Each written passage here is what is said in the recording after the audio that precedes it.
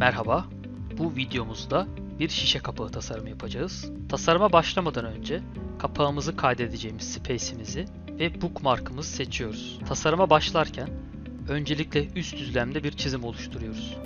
Circle komutu ile üst düzlemde bir çember oluşturup Extrude komutu ile katılaştırıyoruz. Ardından çemberimizin üstüne bir düzlem atıyoruz.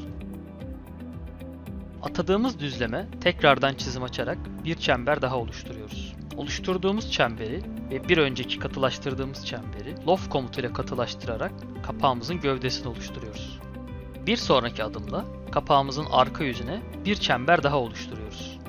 Ardından Extrude Cut komutu ile derinlik veriyoruz. Verdiğimiz derinliğin etrafında kalan dış kısmı Extrude komutu ile katılaştırıp kapağımızın şeklini tamamlıyoruz.